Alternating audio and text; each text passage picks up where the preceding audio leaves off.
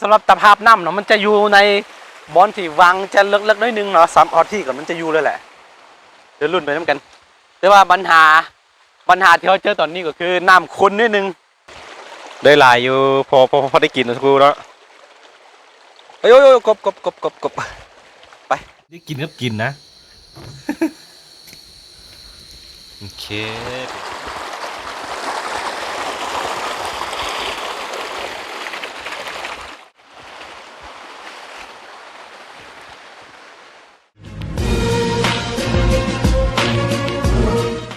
สบายดีทุกคนที่กำลังติดตามมักส้มนั่นจะต้อนรับเข้าสู่ช่องอาคาน้อยเนาะกลับมาอีกแล้วกับบรรยากาศค่ำมืดแบบนี้คือ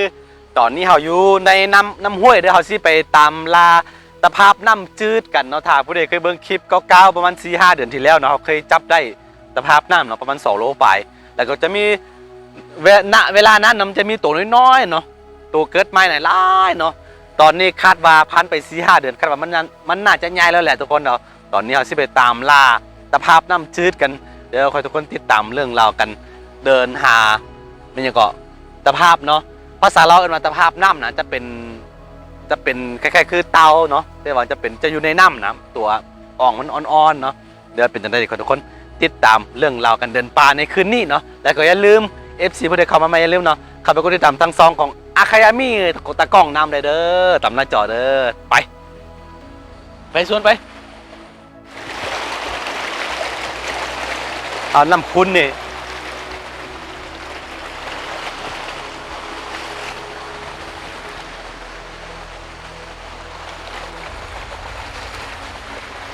มาแถวมันมาแถว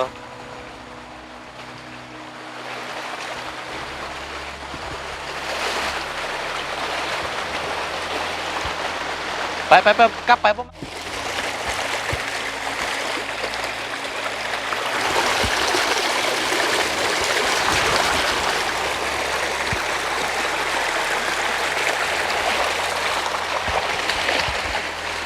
เอา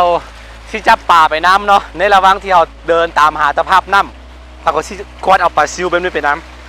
ำนี่เห็นบ่จะได้อาหารไปน้ำเนาะคือส่วนหลายสำหรับตะภาพน้ำเนาะมันจะอยู่ในบอนที่วังจะเล็กๆน้อยนึงเนาะ3 ออที่ก่อนมันจะอยู่เลยแหละเดี๋ยวรุ่นไปน้ำกันแต่ว่าปัญหาที่เราเจอตอนนี้ก็คือน้ำขุ่นนิดนึงย่านบ่เห็นอยู่เนาะ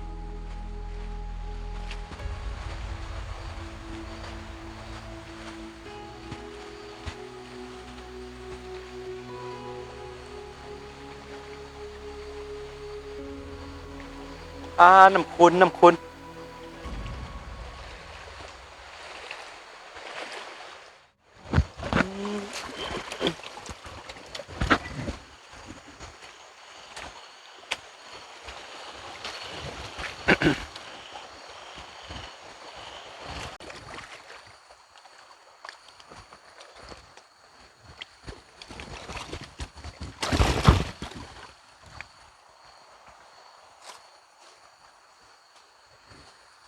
นี่ยังส่วนโอ้ยลายตัวกบพุ่น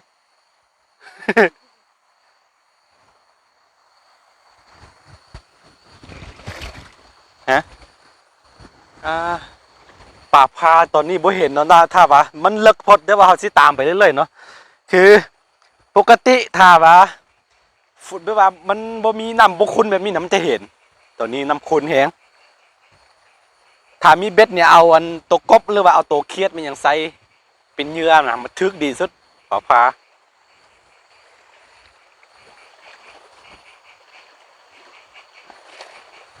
แต่ก่อนยังน้อยกว่าสิได้อาหารไปน้ำสักครู่เดี๋ยวปลาซิวน้อยๆแบบนี้ไปน้ำ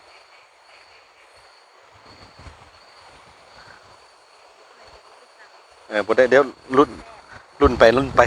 ยังบ่มาครึ่งทางเถอะเดี๋ยวรุ่นไปเดี๋ยวได้ตัว8 9 โล 10 โลเนี่ยโอ้โหเฮ็ดรถแปลงกินสักครู่เนาะ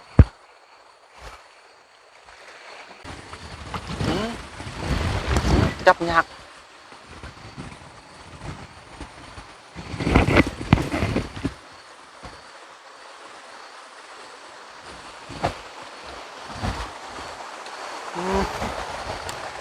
ได้ปลาซิวหน่อย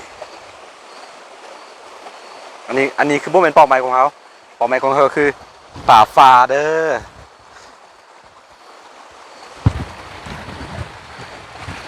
คือปัญหาของเขาตอนนี้ก็คือว่าฝนตกเนาะทั้งคนฝนตกเราก็เฮ็ดได้น้ำค้นมานะบ่เห็นอย่างเลยแต่ว่าเขาสิจับเอาปลาซิวเอาว่าเป็นจังเนาะจับเอาปลาเปลี่ยนแผนเอาจับเอาปลาโอ้ตะคุโอ้นี่ปลาใหญ่ก็นี่โอ้โอ้มันอะคือเขาสิเปลี่ยนแผนจับเอาปลาจับเอาปูไปว่าเป็นจังเนาะมันบ่น้ำค้นบ่เห็นเนาะว้าวปลาซิว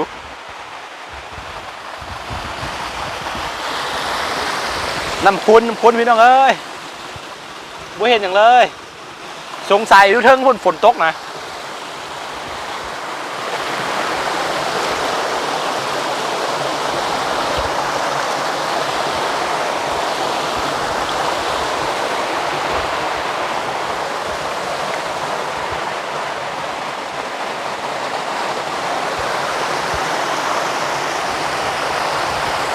ถ้าว่าเป็นปลาซิวมันจะลอยขึ้นมาอยู่เถิงหนอนมันจะเห็นดีเป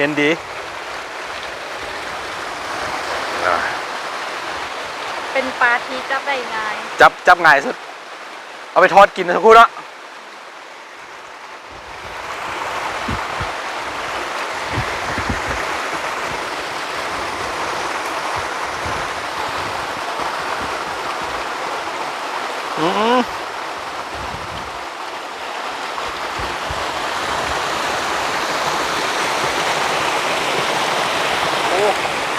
ลองไปห้วยนี้เบิ้ง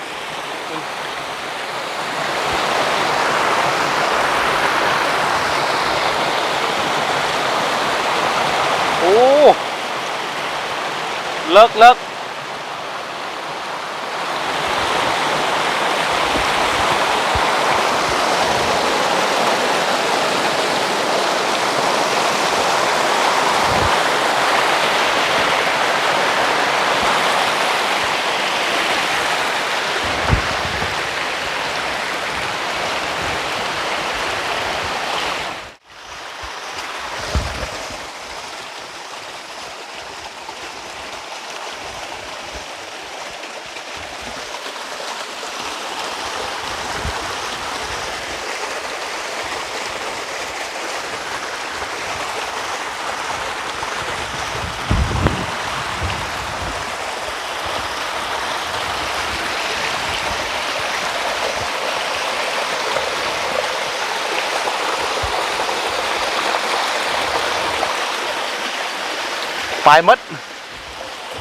ไปมดแล้ว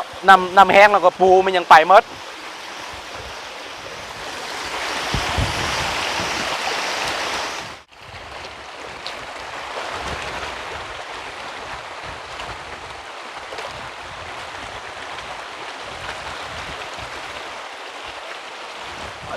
ปลา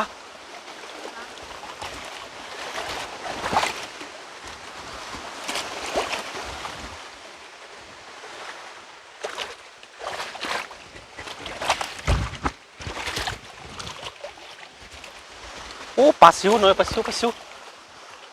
ปลาซิวโอ้เนี่ยเสียเบิ้ง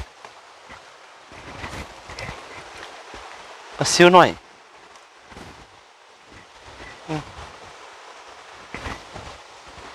ปลาซิวมันจะโผล่ขึ้นมาทางหน้าเทิง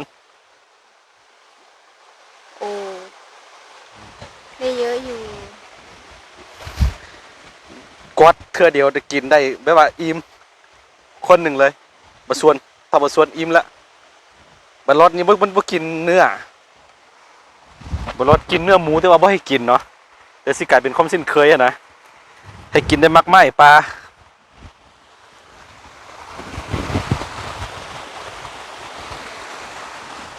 โอ้เสียดายมันเลิกเสียดายน้ำคุ้นโมเมนต์นี้สิได้ปลาตะภาพน้ำนะตะภาพใหญ่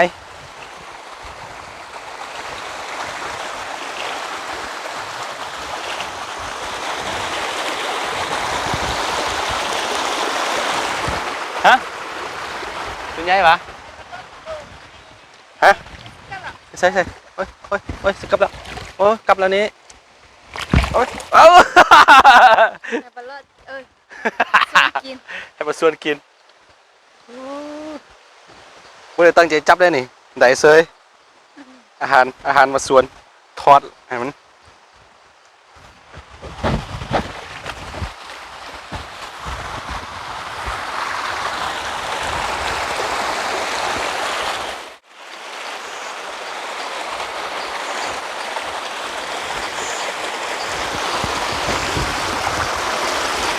Amazing Thailand โอ้มาชวน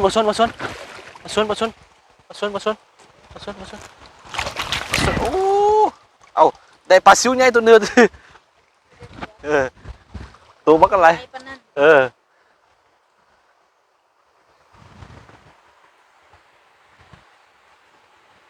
โอ้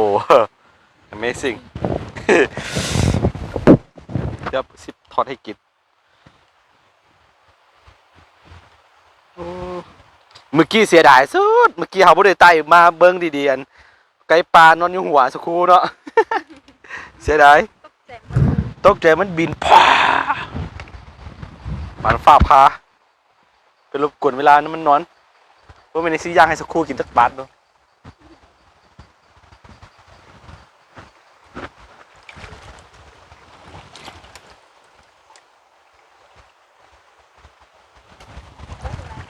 ขายกันเสียดายน้ำคุณ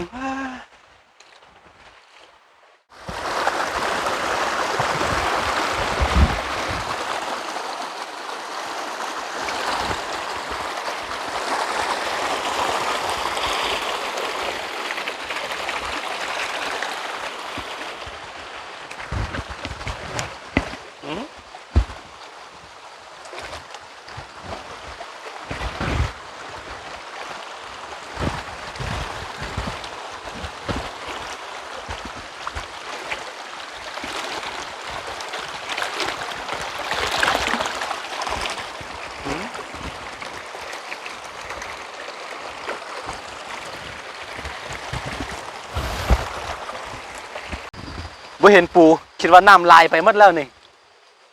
ครูเห็นปะ ปกติเราจะเห็นปูไล่ลายเลย เดี๋ยวนี้น้ำแบบว่า ทำง่ายแล้วก็ ตายหมดเนาะหลายๆบ่น้ำท่วมคือบ้านเกิดอุดมไซท่วมหมดเนาะบ่เหลืออย่างเลยเมืองน้ำหม้อเมืองหลามืออุดมไซเนาะเทศบา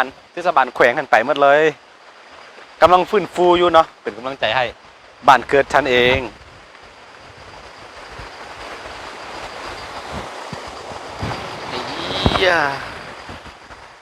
ปลาซิวใส่พันธุ์ไหม เสือทันไหม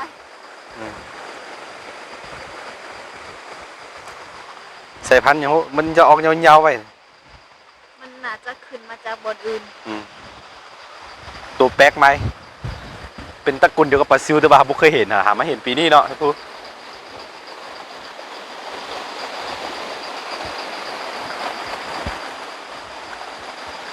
น่าจะมีปลาฟ้าตะภาพน้ำมันแหละ ปลาฟ้าแต่ว่าเสียดายนำคุณ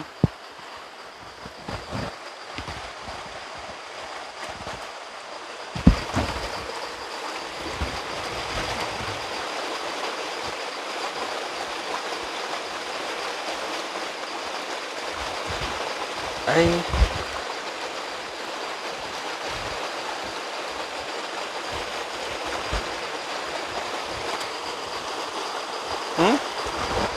ตกแล้ว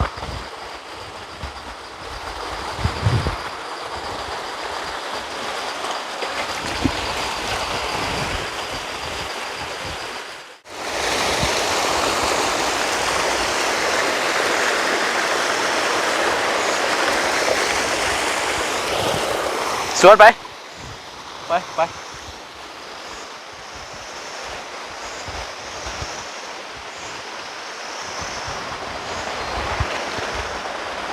สวนไปมา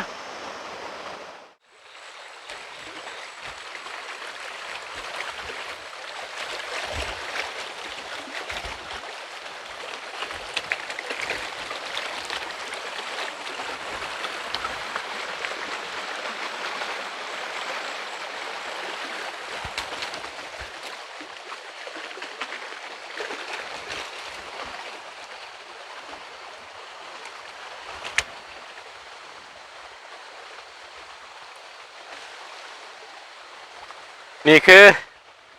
ยอดเตาเอามาปลูกอยู่สวนประดับเออความตั้งใจของเฮาคือสิไปเอาไม่อย่างก่อนกู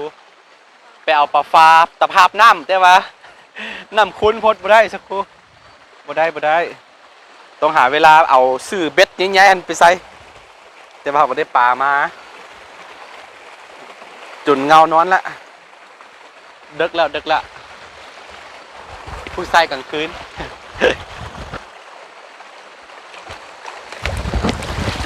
ล้างปลาก่อน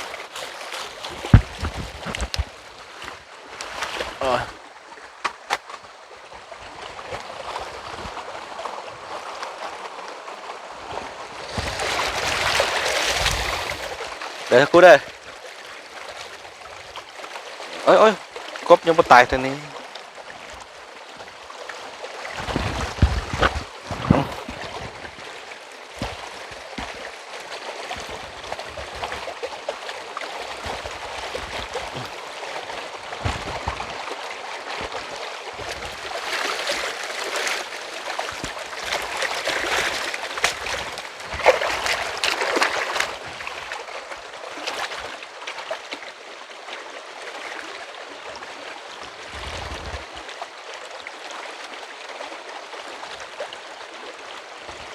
ได้หลายอยู่พอได้กินนะกูเนาะ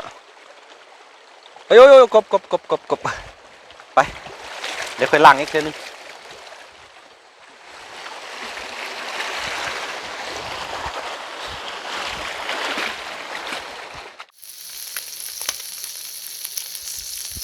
ทอดปลาซิว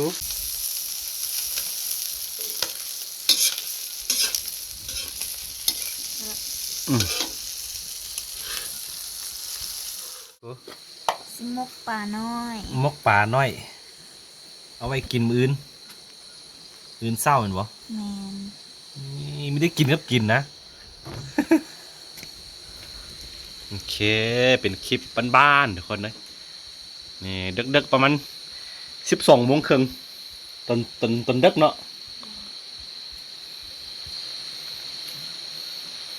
ที่จริงเขากินข้าวแล้วแต่ว่ามากินข้าวผัดอีกกินอันนี้อีกนี่